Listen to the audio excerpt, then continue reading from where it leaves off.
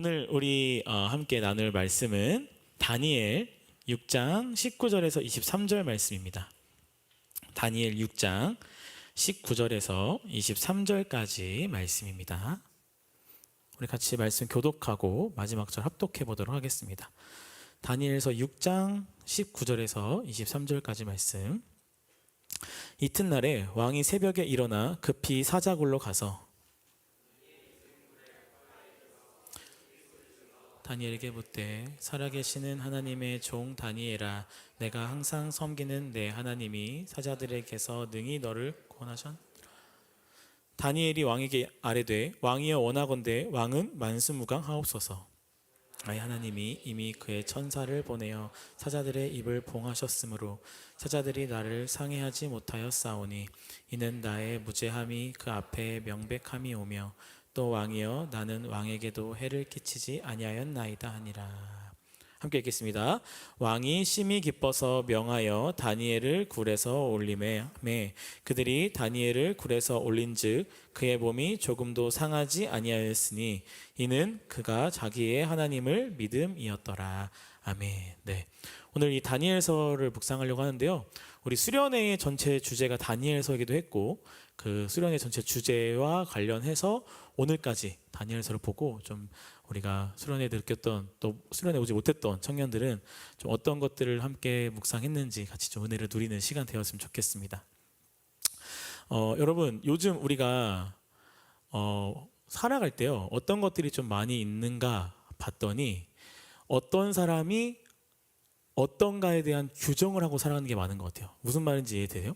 어떤 사람에 대해서 이 사람은 어떤 사람이야, 저 사람은 어떤 사람이야를 되게 규정하는 게 많은 것 같아요. 대표적인 게 뭐가 있을까요? 요즘에 MBTI를 많이 물어보죠. 그래서 MBTI를 통해서 내가 어떤 사람인지 알 수도 있고 혹은 상대방에 대해서 잘 알 수도 있습니다. 그런데 우리는 오히려 이 MBTI를 통해서 나는 어떤 사람이야 라는 것에 있어서 굉장히 규정 지어버리고 그 틀을 만들어버릴 때가 많은 것 같아요. 뭐 MBTI를 갖고 하다 보면 요즘에 뭐 대화를 트는데도 사실 도움이 되기도 하고 처음 보는 사람과 서로 이해하고 성향을 맞춰가는 게 도움이 되기도 합니다. 그런데 얘기했던 것처럼 이게 어떤 우리 안에 틀이 되어 버리다 보니까 이것을 통해서 나는 그냥 이런 사람이야 라는 것에 안에 주저앉게 되어버릴 때가 많다라는 거예요. 네. 그래서 이것이 어떻게 보면 우리는 살아가다 보면 그냥 뭐 나는 나대로 이제 이런 사람이니까 나를 인정해 줘 라는 것이 좀 이 사회 가운데 우리 가운데 좀 들어지는 생각인 것 같습니다. 그래서 쟤는 저런 친구지, 나는 이런 사람이지라고 규정을 딱 지어버리는 게 굉장히 많다라는 거예요. 뭐 그렇게 규정 지을 수도 있지 않을까요? 라고 생각할 수 있겠지만 그런 우리가 어떤 누군가에 있어 스스로를 나는 어떤 사람이야, 나는 어떤 성향의 사람이야 라고 규정을 짓다 보면요 되게 편향적인 생각과 시선이 오히려 우리의 삶을 갖고 있고 보게 될 수도 있다는 거예요. 오히려 내가 이 삶을 보는데 형평성을 잃어버릴 수도 있다는 것입니다. 왜냐하면요 이것이 신앙 가운데에도 연결되어져서 나타나기 때문인데요. 우리가 이 MBTI를 이제 하다 보니까 우리 대표적으로 나는 I 성향이야, 그죠? 나는 E 성향이야. 이렇게 서로가 이해하게 됩니다. 그래서 어떤 사람들은요 저는 I 성향이기 때문에 사람들이랑 같이 있는 거 되게 힘들어해요. 저를 공동체 모임이나 공동체 가운데 나아가는 것에 있어서 저를 괜히 이렇게 억압하지 말아주세요. 저는 그냥 혼자 있게 해주세요 라고 이야기할 때가 있어요. 혹은 누군요 이성향이 혹은 어떤 사람은 저는 제가 할 말을 무조건 다 해야 되는 사람입니다. 그러니까 내가 하는 모든 말에 있어서 저를 멈추게 하거나 억압하지 말아주세요. 저는 그런 사람이거든요. 그런 저를 그냥 인정해 주세요 라는 생각을 가지고 살아가 버릴 때가 굉장히 많다라는 거예요. 여러분 우리는요 이 삶을 살아갈 때 저 사람은 어떤 사람의 성향인지 나는 어떤 성향의 사람인지를 알아가는 것도 굉장히 중요하지만 그런 성향의 사람이 이 땅을 살아가는데 어떻게 살아가는가가 굉장히 필요할 때가 있다는 거예요. 나는 I 성향의 사람이지만 내가 이 I 성향을 통해서 내가 I 성향으로 남는 것이 아니라 나는 이런 성향 가운데 그래도 사람들과 관계를 어떻게 맺어가야 되고 함께 이것들을 어떻게 뚫고 가야 되는지를 고민하고 나아가는 것이 아니라 나는 그냥 이런 사람이니까 이렇게 할래요 라고 규정되어 버리는, 신앙 속에서도 나는 이런 사람이니까 그냥 이런 정도의 신앙 안에서 살아갈래요 라고 만들어 버리는 우리의 어떤 규정과 틀이 되어질 때가 있다는 겁니다. 여러분, 우리가 이 신앙생활을 하는 건요, 하나님을 믿고 살아가는 것인데, 이것은 우리가 늘 신앙 가운데 생각해야 될 포인트가 뭐냐면, 하나님을 믿고 살아가는 삶이 어떠한 삶인가를 늘 생각해야 된다는 거예요. 하나님을 살아가는 삶이 어떠한 삶인가? 나는 이런 사람이니까 이렇게 믿을래요. 나는 이러한 사람이니까 이 정도 안에서 그냥 살래요 라는 것이 아니라, 하나님을 믿는 사람이라면 내가 이런 성향의 사람일지라도 저런 성향의 사람일지라도 어떻게 하나님을 믿고 살아가는지에 대해서 늘 고민하고 그 안에서 늘 하나님 앞에 물어보며 나아가야 된다는 것이죠. 오늘 다니엘서 통해서 여러분, 우리가 어떤 사람이다라는 것을 규정 짓는 것이 아니라 하나님을 믿고 산다는 것에 대해서 한번 고민해 봤으면 좋겠어요. 하나님을 믿고 산다는 것은 어떤 것인가에 대해서. 네. 그래서 오늘 이 다니엘 6장을 가지고 우리의 그 고민 속에 우리의 신앙과 믿음을 좀 세워갔으면 좋겠습니다.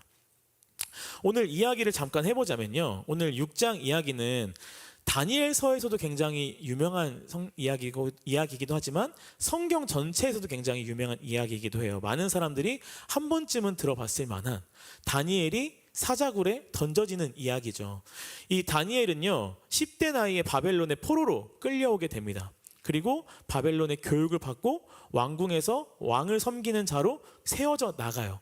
그래서 그 안에서 여러 가지 에피소드가 있고, 시간이 흘러서 오늘 이 6장에서는 다니엘이 80세 정도 나이, 그러니까 거의 오늘 다니엘서에서 나타나는 다니엘이 겪는 에피소드의 가장 마지막 에피소드거든요. 그러니까 가장 노년기에 겪었던 다니엘의 사건이 바로 이 사자굴 사건이라는 거예요.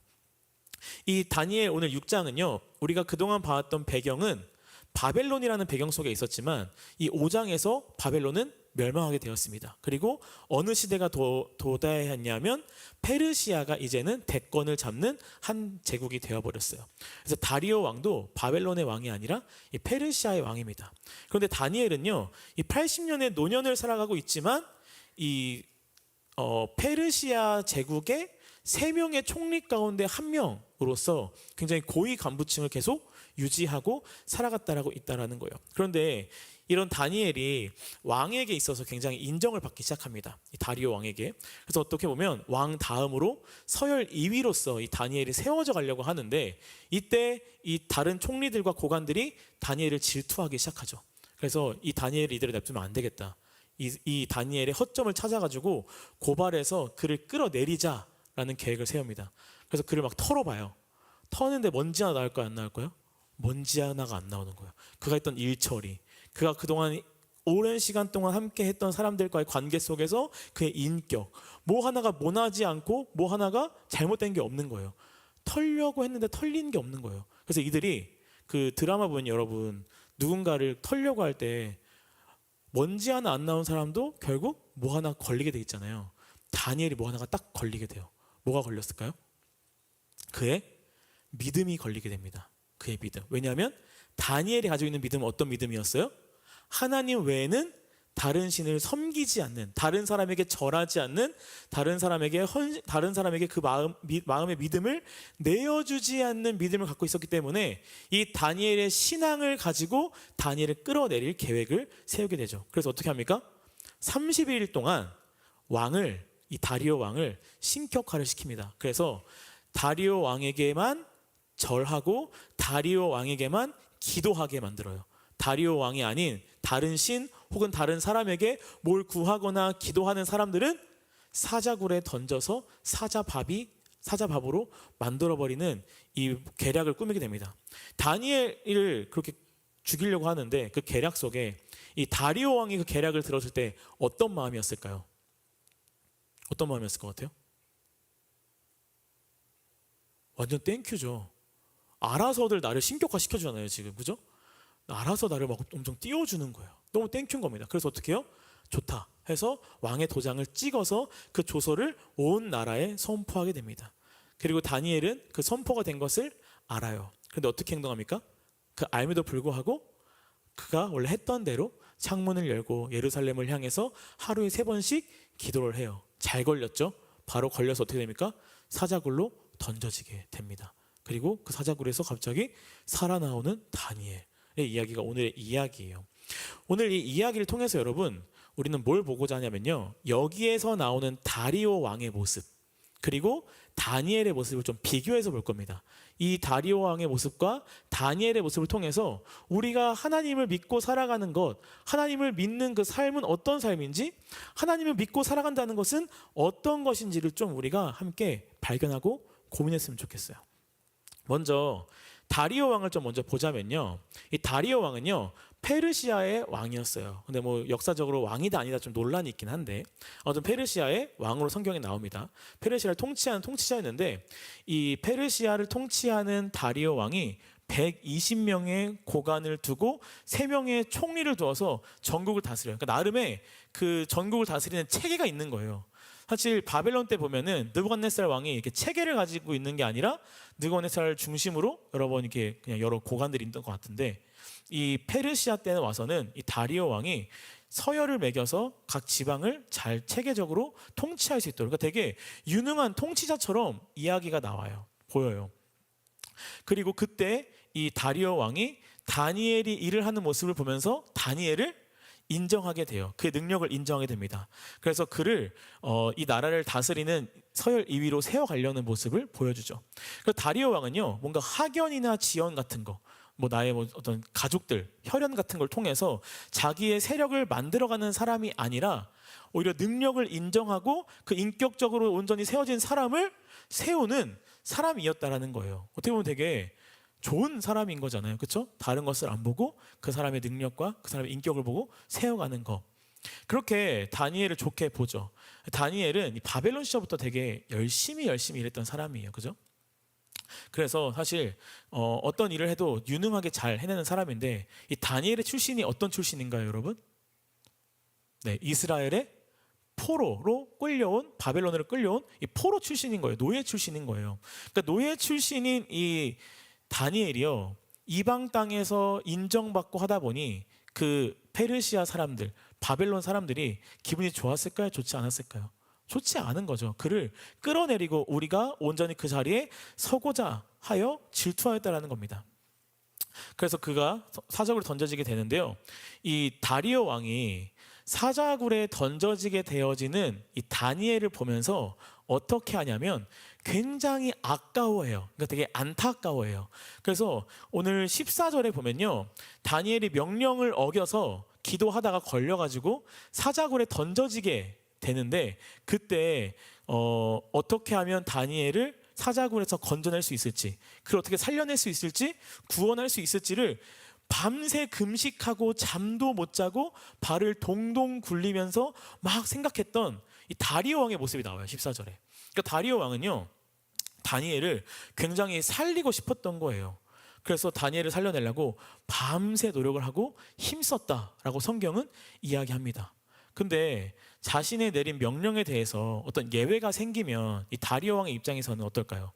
자신이 가지고 있는 신하들에 대한 자신의 신뢰와 어떤 명성이 금이 가게 될 거 아니에요? 그래서 그 명령을 취소하지 않고 다니엘을 사자굴에 던져버리게 됩니다. 근데 그때 이 다리오 왕이 뭐라고 얘기하냐면 16절 우리 같이 한번 읽어볼게요. 오늘 16절 읽어보겠습니다. 시작. 이에 왕이 명령하매 다니엘을 끌어다가 사자굴에 던져 넣는지라.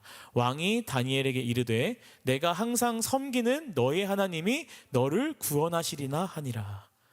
다니엘이 사자굴에 던져질 때 이 다리오 왕이 뭐라고 얘기해요? 너가 섬기는 너의 하나님이 너를 구원하시길 원한다라고 고백하고 있다는 거예요. 이 다리오 왕의 입에서 나올 만한 이야기처럼 보입니까, 여러분? 전혀 보이지 않아요. 근데 우리는 이렇게 생각할 수 있죠. 하나님이 다니엘을 구원하시기를 바라고 있는 다리오 왕은 믿음이 있는 걸까? 그러면? 믿음이 있는 걸까? 고민해볼 필요가 있다는 거죠. 다리오 왕은 믿음이 있었던 것일까? 그렇게 다니엘을 사자굴에 던져버려요. 그리고 밤새 잠을 못 자다가 다음날 뛰어갑니다. 그리고 찾아가서 이렇게 이야기해요. 20절 말씀 같이 한번 읽어보겠습니다. 20절 말씀 시작. 다니엘이 든 굴에 가까이 이르러서 슬피 소리질러 다니엘에게 묻되 살아계시는 하나님의 종 다니엘아 내가 항상 섬기는 내 하나님이 사자들에게서 능히 너를 구원하셨느냐 하니라. 다음날 와서 다리오 왕이 뭐라고 물어봐요? 다니엘아 하나님께서 너를 사자들에게서 능히 구원하셨냐라고 물어봅니다. 하나님이 너를 구원해 주셨냐라고 물어봐요. 이방 한 나라 큰 제국의 왕보다 더 큰 황제인 거예요. 거의 이 왕이 다니엘에 가서 하나님에 대한 은혜에 대해서 이야기하고 있다는 겁니다. 여러분 이 다니엘은요, 이 다리오 왕은요 어떤 사람일까요? 봐봐요. 처음에 어떻게 했어요? 자신을 신격하니까 되게 좋아했어요. 그죠? 그래서 조서에 도장을 찍습니다. 근데 막상 다니엘이 잡혀 들어가서 죽게 되니까 어떻게 해요? 되게 슬퍼해요. 밤새 고민해요. 그리고 달려가서 살아있냐 물어봐요. 하나님께 널 구원하셨냐? 약간 좀 사이코패스 같지 않아요? 자기가 다 도장 찍어놓고 죽게 만든 다음에 던져버리게 한 다음에 달려가서 살아있냐고 물어보는 거예요. 혹은 되게 좋은 사람처럼 느낄 수 있어요. 아, 자기가 이렇게 했지만 진짜 좋아하는 사람에게 뭔가 마음을 내어주는 따뜻한 사람이 아닐까? 다리오 왕은 어떤 사람인지 정확히 사실 잘 모르겠다라는 거죠. 우리가 이 오늘 다리오 왕을 함께 보자고 했는데요. 이 다리오 왕은요 어떤 사람이냐? 다리오 왕이 보여주는 모습은 어떤 모습이냐면요, 위선과 모순의 모습을 볼 수 있다는 거예요. 다리오 왕에게 있어서 위선과 모순의 모습을 보게 된다는 것이죠. 이게 무슨 말이냐면 아까 얘기했던 것처럼 그가 내린 조서는 어떤 조서였어요? 누구든지 나 외에, 나는 그 다리오 왕입니다. 나 외에 다른 신이나 사람에게 절하는 자는 사자굴에 던져 넣을 것이다 라는 조서였어요. 그리고 그 조서를 내린 이유는 자신이 어떤 신보다 뛰어난 신으로 여김받기를 원했기 때문에 도장을 찍었습니다. 그런데도 불구하고 다니엘이 하나님의 구원 속에 살아나기를 원한다라는 것이죠. 이게 위선과 모순이라는 거예요. 위선과 모순. 힘없고 약한 사람을 사자굴에 몰아넣습니다.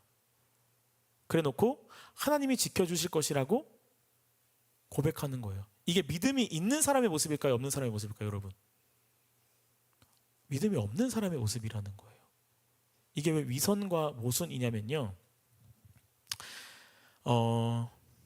믿음이 있는 사람이었다면 그 계략과 모략이 어떤 모함을 위해서 한 일일지라도 하나님을 믿는 다니엘을 사자굴에 넣는 일은 하지 않았을 거라는 거예요. 그런데 이 다리오 왕은 다니엘이 하나님을 믿는 사람인 거 알았어요? 몰랐어요? 알았어요. 그래도 불구하고 다니엘을 사자굴에 넣어버립니다. 왜 넣었을까요? 왜 넣었을까요? 자신이 신과 같은 존재로서 인정받고 세워지기 위해서였다는 것이죠. 그런데 다니엘한테 왜 그러면 하나님이 다니엘을 구원해 주시길 원한다라고 계속 고백하고 있는 걸까요? 이것이 어떤 마음이냐면요, 여러분, 다니엘을 죽이기에는 아까운 거예요. 왜? 너무 충성되고 인격적으로 완전한 자이기에 내가 이끌어갈 이 나라와 이 통치 가운데 너무 필요한 사람이거든요.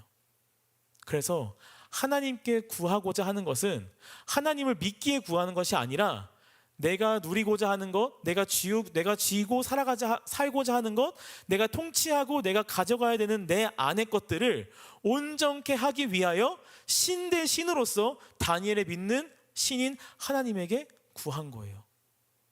이게 위선과 모순이라는 겁니다. 하나님을 믿는 것이 아니라 하나님을 어떻게 하고 있는 거예요? 이용하고 있다라는 거예요. 왜요? 그 삶의 주인의 주권은 누가 쥐고 있기 때문에? 하나님이 쥐고 있는 것이 아니라 다리오 왕이 쥐고 있기 때문이라는 겁니다. 다리오 왕이 보여주는 모습은 믿음이 있는 것처럼 보이긴 하지만 어떤 위선과 모순 속에서 하나님을 믿는 것이 아니라 오히려 자신의 삶의 주권자와 자신의 삶의 통치자가 되어서 내 삶의 주인은 내가 되길 원하여 내가 원하는 것들을 잃지 않기 위해 하나님을 통해서 그것을 유지하고자 하는 것이죠. 그러니까 하나님은 어떻게 하는 거예요? 내 삶에 내가 누리고자 하는 것들을 누리게 하기 위한 하나의 도구. 여러 신들 중에 하나의 신으로서 취급하며 나에게 도움이 되기만을 바라는 모습이 있다라는 거예요. 이 다리오 왕의 모습에서 자신의 것을 내려놓을 수 없고 내려놓고 싶지 않은 것 가운데 하나님의 은혜를 구하는 모습이라는 겁니다. 이게 우리의 신앙 속에 여러분 있다라는 거예요. 우리는 하나님 앞에 하나님을 믿는 사람들이라고 이야기하고 하나님을 사랑한다라고 이야기합니다. 그런데 우리 안에도 이 다리오 왕과 같은 위선과 모순의 신앙의 모습들이 우리 안에 놓여질 때가 있다는 거예요. 지금은 없더라도 앞으로 우리의 신앙 속에 그 위선과 모순의 가운데 빠져갈 위험이 우리 가운데 굉장히 높다라는 겁니다.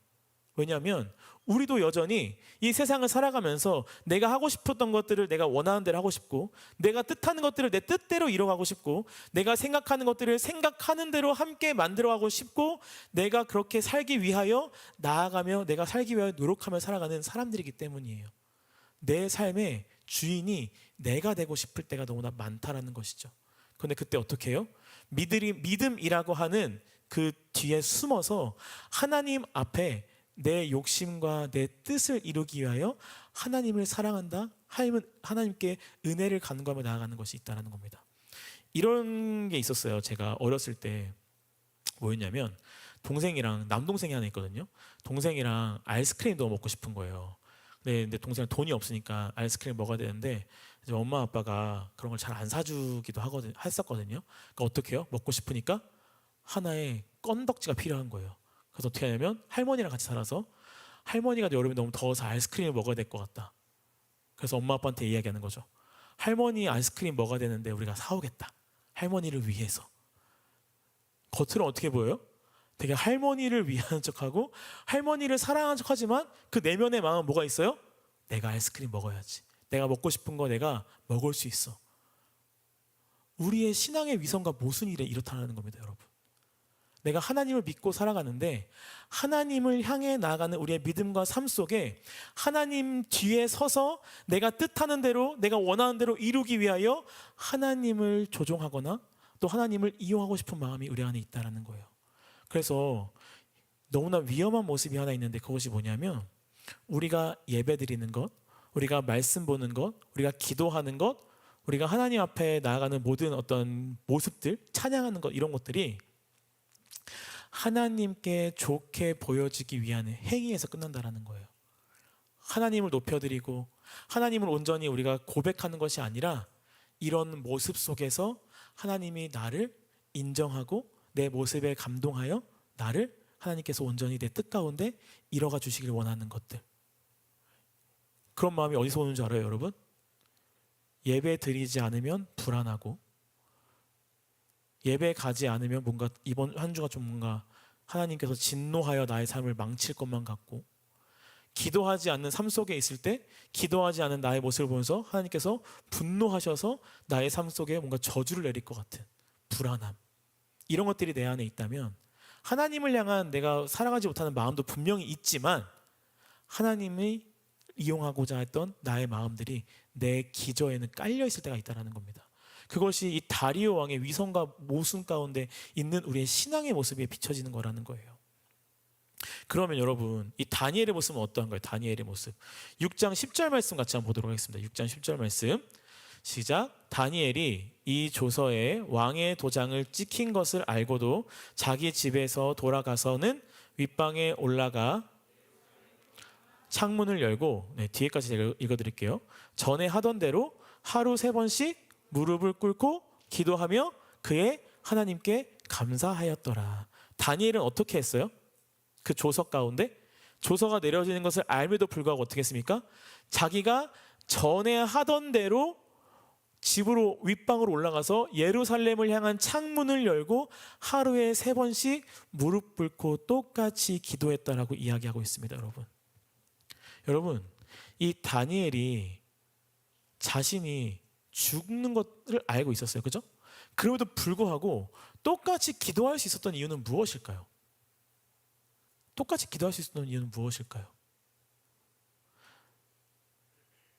우리가 이 모습을 보면서 어떤 생각을 많이 하냐면요, 와, 다니엘은 그 시간 속에서 자신이 늘 했던 대로 매일매일 기도의 습관을 가지고 하나님께 기도했구나. 진짜 보기에 너무 멋있다.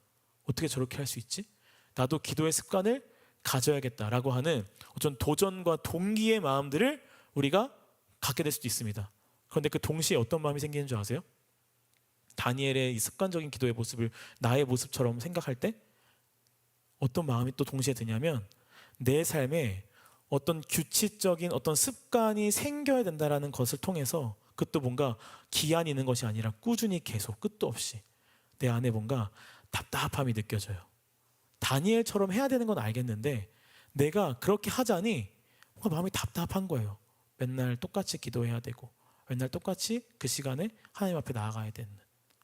제가 이 톡톡 그 유튜브로 우리 수련회 전에 할 때 그 삶에서 하나님 만나는 질문이 있었거든요. 그때 어떤 이야기를 했냐면 삶이 너무 어렵고 괴로울 때 저는 새벽 예배를 나가서 기도하면서 하나님과의 만나는 시간을 가졌다라고 이야기했어요. 근데 제가 이때가 그 좀 너무 힘들 때긴 했는데 제가 이 새벽 예배를 나갈 때가 제가 다니는 교회에서 섬겼던 교회에서 40일 특세를 늘 해요. 매년 초에 40일 동안 특세를 할 때였어요. 그래서 40일 특세를 다 나가야겠다 해가지고 40일 특세를 나가기 시작했습니다. 처음에는 아침에 너무 개운한 거예요. 막 와 진짜 개운하다. 나 진짜 아침에 잘 일어나네. 잠 많은 애가 아니네. 열심히 나갔어요. 점점 어떻게 됐을까요? 일주일 뒤에 너무 힘든 거예요. 대학원 때인데 대학원에 가서 일이 안 되는 거예요. 졸려가지고. 그래서 어떡하지? 내일 새벽 또 나가야 되나? 고민이 되는 힘든 거예요. 그래도 꾸역꾸역 나갔습니다. 조금 내 안에 습관처럼 그게 자리가 잡았어요. 좀 눈이 떠지는 거예요. 이제 그 시간만 되면. 한 20일 정도를 했어요. 근데 20일 정도 하고 나니까 습관처럼 잡히긴 했는데 너무 힘들 때가 많았을 거 아니에요, 여러분? 그래서 못 나갈 때가 생기기 시작하는 거예요. 혹은 예배에 늘 시작 전에 가서 미리 앉아서 기도를 준비했는데 예배에 늦게 되는 때도 내가 가기 시작하는 거예요. 늦게. 근데 그때 제 마음이 어땠냐면 새벽 예배 나가는 게 너무 내 마음에 무거운 짐처럼 느껴지는 거예요. 점점점. 나가다 보니까 나가면 하나님을 만나고 하루를 살아가게 되는데 못 나가면 너무 그 하루가 찜찜한 거예요. 와, 나 오늘 새벽에 못 나가는데 어제는 나가서 하나님이 하루 지켜준 것 같은데 오늘 못 나가서 하루가 하나님이 안 지켜주면 어떡하지? 터지지 않을 일들이 막 터지면 어떡하지? 막 불안한 거예요. 그러니까 이 새벽 예배가 저에게 있어서 하나님을 만나는 시간이 아니라 어떤 그 하루를 잘 살아내기 위한 되게 주술적인 어떠한 시간이 되기 시작하는 거예요. 나가면 마음이 좀 편안해서 하루 잘 살 것 같고 못 나가면 내 마음이 너무 무겁고 힘들고 막 죄책감에 막 쩔어 있고 그러니까 점점 마음의 짐이 되는 겁니다. 지금 생각해보면 그러니까 끝까지 어떻게 40을 하긴 했어요. 그 마음을 가지고. 근데 지금 생각해보면 그 40을 한 건 되게 대단한데 그 시간이 나에게 진짜 유익이 됐을까라는 생각을 하기도 해요. 가끔 그때 막 40일 특세하면서 기도했던 내 자신을 보면서 거짓 기도를 한 것 같다. 난 거짓 예배를 드린 것 같아. 그냥 하루를 잘 살기 위해서 하나님 앞에 그냥 어떤 주술적인 뭔가 이렇게 막 그 마법의 뭔가를 막 부린 것 같아. 스스로를 막 이런 생각이 들 때가 있어요. 여러분 다니엘의 기도가 그런 기도였을까요? 매일매일 드리는 기도였는데 습관적으로 계속 매일매일 똑같은 시간에 창문을 열고 기도했기 때문에 오늘 내가 그 조서가 공포된 걸 알면도 불구하고 그 조서에 따라서 기도하지 않으면 하나님께서 이 조서 때문에 기도하지 않아? 라고 하여 분노하여 나에게 벌을 내리지 않으실까라고 하는 두려움 때문에 드렸던 기도일까요? 아니면 습관처럼 하다 보니까 안 하면 마음이 찜찜해서 그냥 모르겠다. 오히려 내 마음이 편한 게 낫지 하고 드렸던 기도일까요? 다니엘이 하나님이 진노하는 것처럼 진노할 것을 염려해서 기도를 했다라고 해도 하나님께서는 다니엘에게 진노할 일이 있다면 진노를 하실까요? 하시지 않으실까요? 하시지 않아요. 다니엘이 만약에 그 30일 동안 그 두려움 속에서 기도를 하지 못했다 하더라도 하나님께서 다니엘을 사랑하지 않으실까요? 사랑하실까요? 사랑하세요. 다니엘이 기도하고 안 하고가 중요한 것이 아니었다라는 거예요. 하나님의 일은. 그러면 왜 다니엘은 그 상황 속에서 왜 기도했던 것일까? 다니엘이 10절에서 마지막에 뭐라고 얘기하냐면요. 10절 마지막에 뭐라고 얘기하냐면 다니엘이 무릎 꿇고 기도하며 뭐라고 해요? 하나님께 감사했다라고 고백합니다. 감사. 여러분, 지금의 상황이 어떤 상황이에요? 왕이 아닌 다른 신에게 절을 하거나 기도하거나 간구하면 사자굴로 던져지는 상황이에요. 다니엘은 그 상황에 왜 감사했을까요?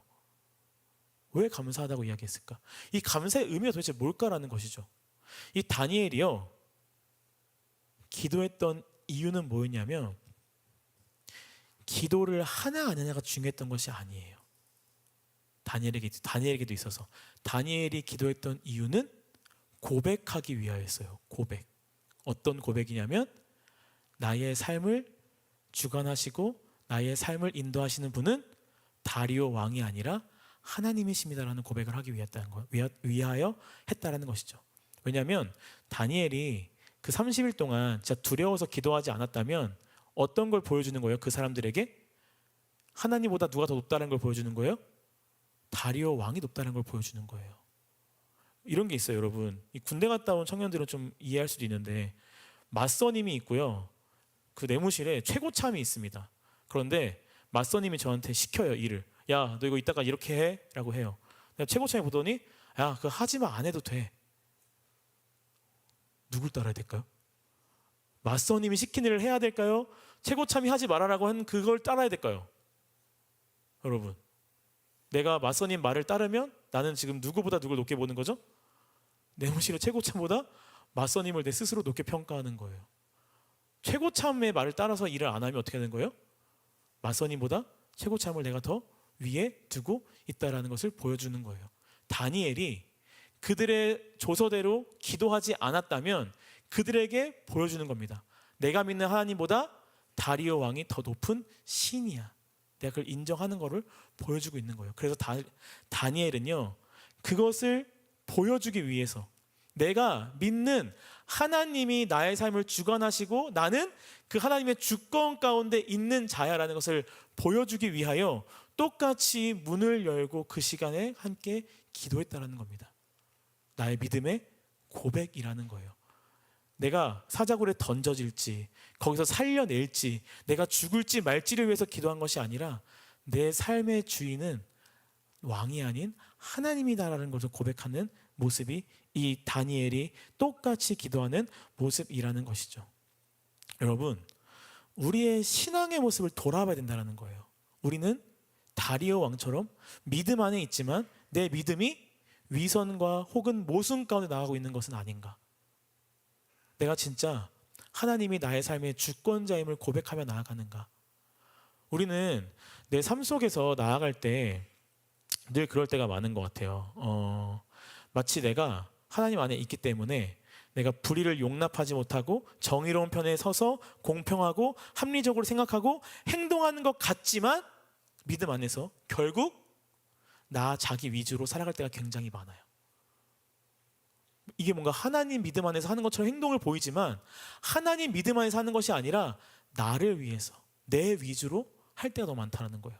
그런 살아가는 모습이 많고 공동체 안에서 이렇게 행동할 때가 많고 삶에서 혹은 우리 안에서 이것이 가지는 신앙의 모습이라는 거죠. 우리가 이런 모습이 우리 안에 있지 않는가를 돌아봐야 된다는 겁니다. 믿음이라는 이름을 냅두고 그 뒤에서 내가 하고 싶은 나의 자기 위주의 삶을 살고 있는 것은 아닌가. 중요한 건 뭐예요? 내 삶의 주권이 누구에게 있냐를 우리가 인정해야 될 필요가 있다는 거예요. 우리가 하나님 앞에 간구하는 기도 할 수 있습니다, 여러분. 하나님께서 이루어 주실 거예요. 우리를 형통케 하실 거예요. 오늘 6장의 마지막에 보면 하나님께서 다니엘을 형통케 하셨다라고 말씀하고 있어요. 우리가 간구하고 구하고 하나님께 필요의 요구들을 할 수가 있습니다. 그런데 그에 앞서서 우리에게 가장 먼저 세워져야 되는 믿음은 뭐냐면 하나님이 내가 구할 때 해줄까 안 해줄까가 아니라 우리의 삶의 주권과 우리의 삶의 통치가 누구에게 있냐를 먼저 우리가 신뢰하고 그것을 인정하고 나아갈 수 있는 믿음이 먼저 필요하다는 거예요.